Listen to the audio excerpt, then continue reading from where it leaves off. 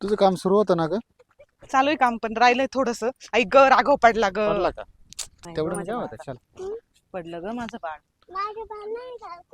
अगं हे तू माझे बाळ नाही पण माझ्यासाठी बाळच आहे ना तू. काम किती बाकी म्हटलं तुझं? माझं काम बऱ्यापैकी बाकी आहे. चाललोय तुला शेतात घेऊन. यू आर वर्किंग नाव. हा कॉल झालाय संध्याकाळचा. संध्याकाळचे 6 वाजलेत, आम्ही गावाकडे आहे. इतकं डेंजर ऊन आहे, बघा इकडून ना पूर्व आहे. सर, सॉरी पश्चिम आहे. सर्वत्र शेतीचं काम चालू आहे, तुम्ही बघू शकता. एकदा पाऊस झालाय, तुम्ही बघू शकता इथे टोमॅटो लावलेले आहे बाजूला. किती अजिबात टोमॅटोला असं तेज नाहीये. किती ऊनच झाड तेवढं असे आहे. एकदम गोळा झालेत नाही का, आणि असे फ्रेश नाहीये. हिटच इतकी आहे ना. आपले झाड अजून किती दिवस झाले? 10 दिवस झालेत वाटतं. सॅटर्डे संडेला लावत. ऍक्च्युली आम्हाला जेव्हा लागवड चालू होती तेव्हाच आम्हाला यायचं होतं गावाला.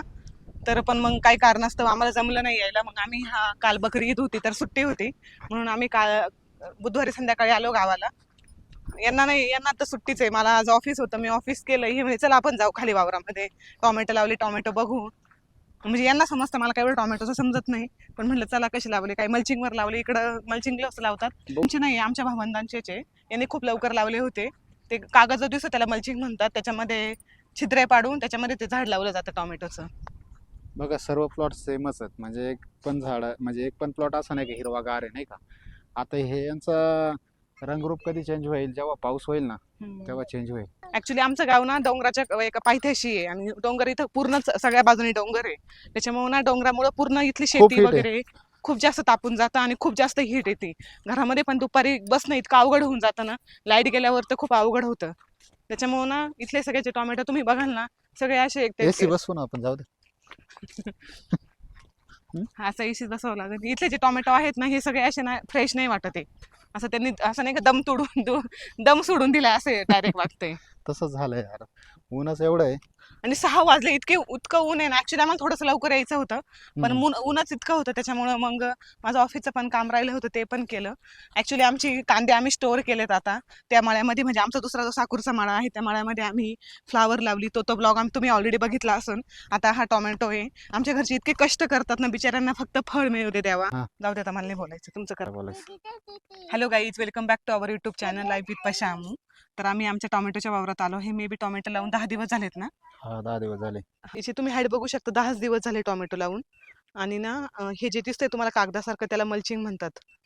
त्या मल्चिंग आधी पसरवतात, त्याच्यानंतर माती वगैरे प्रॉपर पॅक करतात मातीमध्ये आणि मग ते होल पाडून त्याच्यामध्ये टोमॅटो लावले जातात. पडला का तू? रागा नुसता पडतोय बघा तू कसा. बघा शेतकरी, आमचा शूज शेतकरी घालून कोणी येतंय का? शेतात यायच्या टायमिंगला जीव जाईल याचा. बबडी, ऐ, काय त्याच्या पाय नको देऊ झाडावरती. ठीक आहे. अर्धवट शेतकरी शूज घालून आलाय. झाडावरती पाय नको देऊ. अजून आमचे झाड छोटे असल्यामुळे जरा झाडाने ना राऊंड केलाय मोठा नाही का झाड. त्याला थोडासा शेंडा वगैरे चांगला फ्रेश दिसत आहे.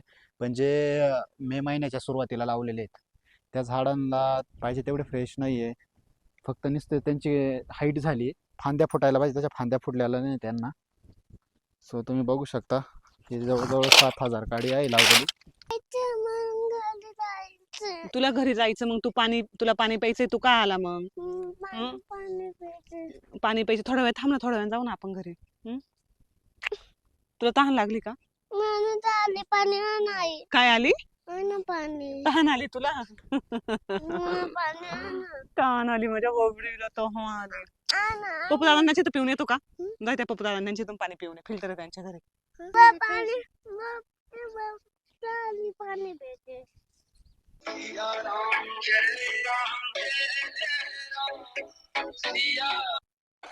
हॅलो हा, कुठपर्यंत आले रे? सर तर कधी आले तरी नाही, तू ट्रॅक्टरवर आहे का? हा त्यांना आले काय पत्ता नाही. आणि रोपटे घेतले का टोमॅटोचे? हा रोपे आणले 60 आणले. 60 रे, म्हणजे 600 काडीत भागेन का रे? मला तर वाटतं 1000 एक लागेल रे, लय जळालेत. 60 रे म्हणजे ते 750 गाडी. 750 का?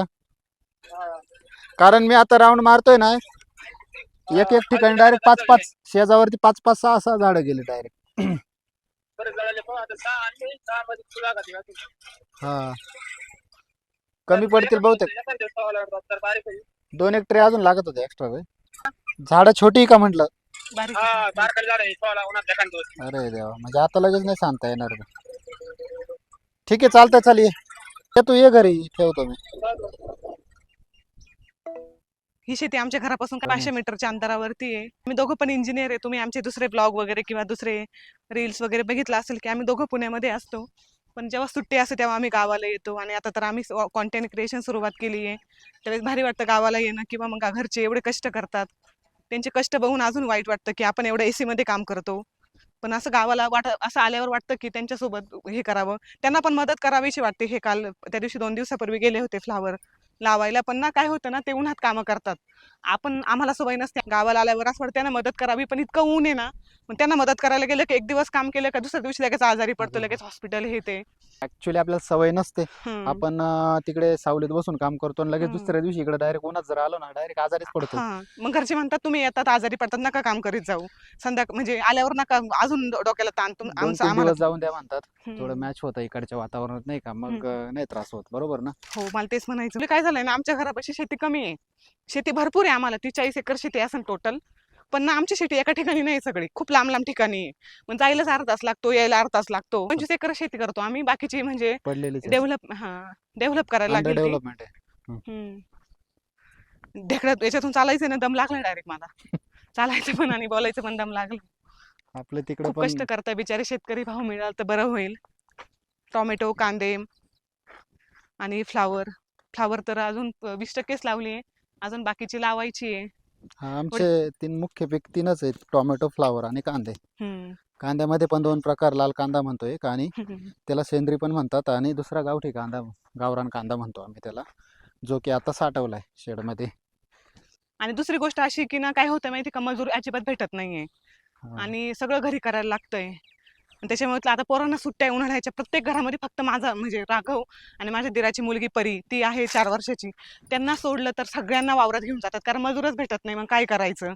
उन्हात नका काम करू, पण ऊन थोडंसं कमी झालं का मग काम करू लागा, म्हणजे पटकन आवरण. म्हणजे मजुराला इतका रोज पण द्यायचा, ते 11 वाजता येणार, मग त्यांची ते ड्रेपरी चेंज होणार, मग परत 1 तास जेवायला ब्रेक, परत पाणी प्यायला. आता उन्हाळा एवढा आहे, ते बिचारे पाणी प्यायला उठतात खूप वेळा. आपण त्यांना नाही म्हणू शकत ना उठू नका. म्हणजे येता 6 तास काम करतात, 4 तास, आणि रोज यायचं 350-400. ते पण अजिबात परवडत नाही. आणि उगत्याने करायला गेलं तर ते खूप फास्ट करतात, एवढं व्यवस्थित पण उगतं. व्यवस्थित म्हणजे ना. सपोज 1 एकर आपल्याला कांदा लावायचा आहे, एक खट्टी 10,000 रुपये देणे, आणि तुमच्या 2-3 दिवसात आम्हाला पूर्ण करून द्या. म्हणजे सकाळी मॉर्निंगला लवकर येतात, इव्हिनिंगला लवकर येतात, आणि आपलं काम पूर्ण करून देतात. पण ते खूप फास्ट करतात ना, म्हणजे एवढं क्वालिटीने व्हायला पाहिजे तेवढं क्वालिटीने ते काम होत नाही. म्हणजे इतकी शेतकऱ्यांची हालत परिस्थिती बिकट आहे. अवस्था आहे एकदम. इतके पूर्ण डोंगर असल्यामुळे ना, इतकी हीट जनरेट होती इकडं, आणि हीट जनरेट झाल्यामुळे घरामध्ये पण डेंजर गरम होतं. बघा, मी 360 मध्ये फिरलोय. 360 मध्ये डोंगर आहेत आमच्याकडे. पावसाळ्यात वातावरण छान असतं खूप बरं का. सुंदर होतं. पावसाळ्यामध्ये इतकं छान होतं ना, बापरे, खूप सुंदर. इकडे घर आहे आपलं, हा, तिथून घर दिसत आमचं नाही. इकडे पुढे आहे. पाण्याची टाकी आणि घर. गाव आम्हाला इथून जाऊ तरी 3.5 किलोमीटर गाव आहे. तर सर्वत्र शेतीचेच कामं सुरू आहे. बघा तुम्ही, इकडे एक ट्रॅक्टर सुरू आहे, आता येताना एक ट्रॅक्टर दिसला. सर्व आता रोटावेटर मारायचं काम सुरू आहे. रोटावेटर मारलं गेलं की सऱ्या वाड्याच्या अंदाज टोमॅटो, फ्लावर लावून द्यायची. पावसाची पण वाट बघताय हा, हो सगळे. पावसाची पण खूप वाट बघतो. आता शेततळ्यांमध्ये पाणी तेवढं वापरायचं काम सुरू आहे, हम्म. पण एकदा ते पाणी संपलं म्हणजे पावसाचीच गरज आहे. त्यामुळे आता पाऊस कधी पडतो माहीत नाही. तर आमचं पूर्ण रणखामचं जे जीवन सगळं पावसावर डिपेंड आहे. साकूरला तरी कसं तरी पाणी आहे. बऱ्यापैकी पाणी हां, आहे. बऱ्यापैकी. तुम्ही आता फ्लावरचा व्लॉग बघितलाच असेल, त्याच्यामध्ये तिकडे पाणी आहे बऱ्यापैकी. तिकडे फक्त एवढंच आहे का, पावसाळ्यात तिकडे टोमॅटो नाही येत, हम्म. तिकडे फ्लावर येते. त्यामुळे आम्ही तिकडे 2 लॉट घेतो फ्लावरचे, नाही का, जसं तुम्हाला मी सांगितलं व्हिडिओमध्ये, की 2 लॉटमध्ये घेतो आम्ही. म्हणजे आमचे 4 टप्पे होते एका लॉटमध्ये, असे 4-4 टप्प्याचे 2 लॉट दिवाळीपर्यंत होतात. हम्म. मग परत 1-1.5 महिना परत ते वावरं तसेच सोडायचे नांगरून उन्हात तापायला, आणि मग परत कांदे लावायचे, उन्हाळी कांदा, जो की आम्ही आता स्टोअर केला आहे, नाही का. हम्म. असं आहे साकूरचं आणि इकडचं रणखामचं. आता इथं टोमॅटो निघले की लाल कांदा लावणार आम्ही, त्यामुळे इकडचं असं. पण इकडं सगळं डिपेंड पावसावर आहे. तर असं आहे आमच्या गावाकडचं जीवन. आणि त्यात शेतकऱ्यांसाठी गव्हर्नमेंटकडे धोरणं चांगले नाही आहेत. पीक विमा येत नाही इकडे आम्हाला, तर पीक विमा कधी आलेला आठवत नाही मला. परत बाजारभाव भेटत नसल्यामुळे मग हा सगळा जेवढा खर्च करतो तेवढा वसूल होत नाही. वसूल पण होत नाही. पण आता मग कसं घरं आहे, चालवायचे कसे शेतकऱ्यांनी? जेवढा शेती करायला खर्च येतोय, म्हणजे जेवढे खिशात पैसे तेवढे शेतीला घालायचे, घर चालवायचं कसं, त्यातही पण जेवढे घालतोय खिशातले तेवढेही होत नाही. आता जे टोमॅटो आता येताना बघितले, जर ते टोमॅटो जर तुम्ही बघितलं, सगळीकडे परिस्थिती अशीच आहे टोमॅटोची. मग बाजार ह्यावर्षी जर तुम्ही जर एक प्रेडिक्शन जर केलं तर बाजार चांगले राहणार आहे. याच्यावरून अंदाज येतो की बाजार चांगले राहते टोमॅटो, कारण टोमॅटोची तू कंडिशन बघितली, मागच्या वर्षी याच टायमाला जर झाडं बघितली तर एकदम भारी डोलदार असे मोठे मोठे हिरवे फ्रेशनेस एकदम मोठे झाडं होते. हिटमुळे लोकांचे टोमॅटो आणि कमी यावर्षी- जळाले. आणि ह्या वर्षी काय झालंय, आधी थोडंसं वातावरणात बदल असा झाला की थोडा अवकाळी जो पाऊस आहे तो आधी वाहून गेला आणि नेमका मे लागला, मे थोडा पाऊस कमी झाला. अवकाळी का व्हायना, जो प्री मान्सून म्हणतो आपण, तो मान्सून सुद्धा व्यवस्थित आला नाही. तो जर झाला असता थोडा गारवा राहिला असता आणि ही जी झाडं आता तुम्ही बघितली एकदम फ्रेश असते, आणि मग त्याच्यामुळे काय झालं असतं, उत्पन्न वाढलं असतं. जरी बाजार कमी भेटले असते आपल्याला, पण उत्पन्न जास्त निघलं असतं, थोडंफार बरं वाईट झालं असतं. सर्व जर तुम्ही परिसर बघितला आणि याच्यावरनं जर अंदाज काढला तर टोमॅटोला बाजार निश्चित राहतील असं मला वाटतंय. कारण कुठेच असा एक पण टोमॅटोचा फळ म्हणतो आम्ही त्याला, तो असा फ्रेश नाही आहे किंवा हिरवा नाही. सर्व नुसते असे शकाटे झाडं वाढली नाही का. अजून एक 10-12 दिवसात पाऊस झाला तर ही झाडे चांगली होतील, जी तुम्ही मागाशी बघितली ही तर चांगलीच होणार आहे. कारण ही आता छोटी झाडं आहेत, यांना निश्चित वातावरण थोडं बरं भेटेल. कारण पावसाळा सुरू होत आहे ना, मान्सून एकदा यायला सुरुवात झाली की वातावरण थोडं चेंज होतं आणि हिट कमी होते, त्यामुळे ही झाडं चांगली होणार आहे.